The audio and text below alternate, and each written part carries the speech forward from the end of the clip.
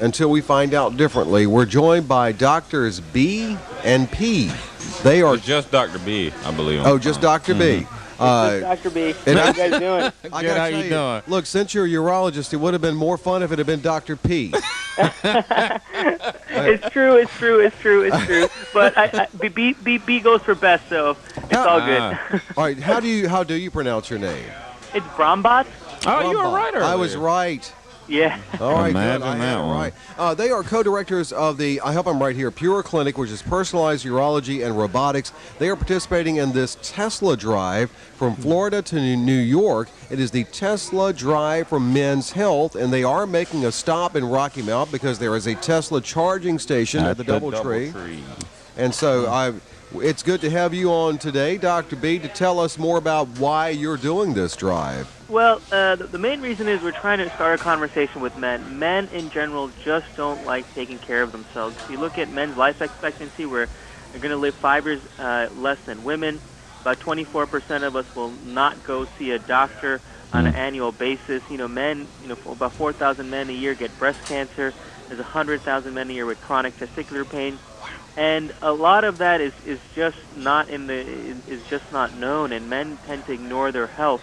And we're trying to change that, and we're going to be driving from Florida to New York City and basically starting a conversation. We're just using the Tesla and the technology as a way to break down barriers, to get guys just talking about their health. And next week is National Men's Health Week.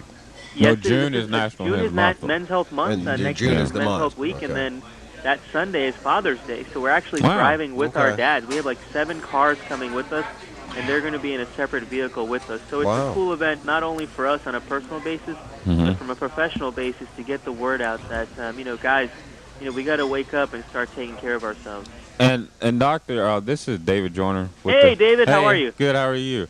Good. Can you kind of tell them about the whole publicity that will be with this, and like when you get here and everything that's going to happen? Because the goal is when they get here that night at 9:55 approximately, that our city really meets them there and rallies them, and and takes the opportunity to have like a small rally about men's health. Yeah, basically at every we have 10 total stops, including Claremont and including Rocky Mount.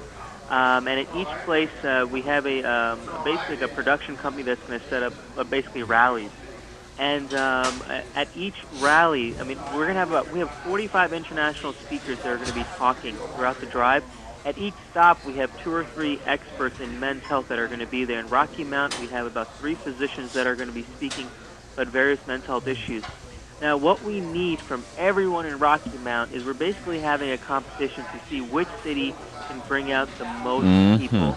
And we want Rocky Mount to be, the best. Even though it's 9:55 p.m., I think it's a great time and a great opportunity to highlight what Rocky Mount has to offer, and how Rocky Mount can be, basically on the spotlight for men's health and men's health initiatives. And Dr. B, I did want, and this is on the subject of men's health.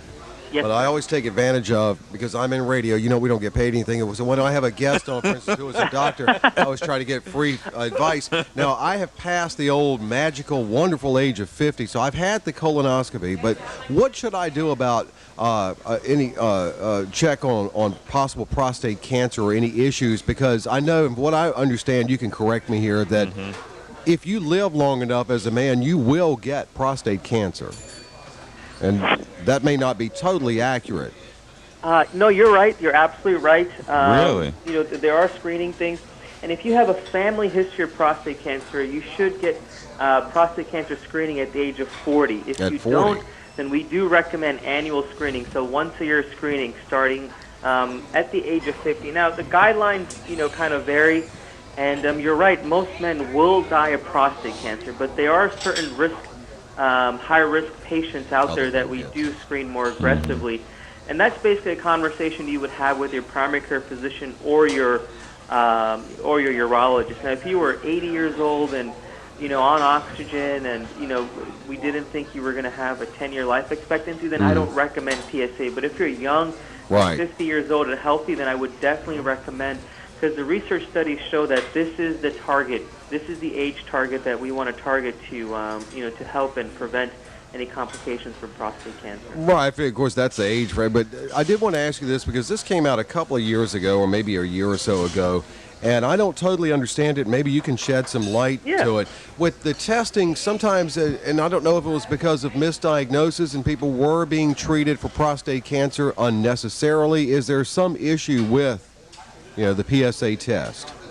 Well, it's not a perfect test. You can have a lot of false positives, meaning it can be high, and because it can be high, we can do a biopsy, and then we can diagnose prostate cancer when it really wouldn't. Prostate cancer is not like colon or breast, where if you find a lesion, boom, you take it out, because that is definitely going to be lethal. Everyone has some diffuse cancer in your prostate. I mean, there were studies done that if you're 80 years old, you definitely will have some kind of cancer in there. But the majority of us are not going to die from it. So the issue with the because other things kill us. test was, and those studies is they just, if you look at them in the nitty-gritty details, a lot of, one study showed that there was no benefit, another study showed that there was a benefit. So really, it just depends on, which one you want to believe. But as a urologist, I see a lot of the late complications of prostate cancer, and I'm a big advocate for screening for prostate cancer in the correct patient. David Joyner also wanted some free advice, but he's a little embarrassed to ask you about it, and I told him not to worry.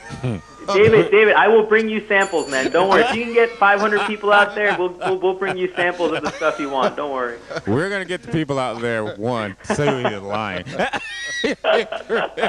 But and then you will be wearing the Google glasses and everything too. Yeah. We're basically, this is really a neat when we're event. driving, we're going to be using Google Glasses and Google Hangout to stream our webcast. So we got guys all the way from Houston to all the way to Zimbabwe, India, various men's health experts, locally as well as national as well as internationally. And that is We're incredible. basically using Google technology to chime in throughout the broadcast.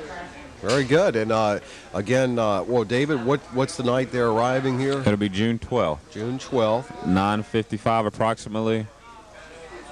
Yes. That's about right. Yes, and we are trying to set the Guinness record for lowest amount of charge time from Florida up to New York City.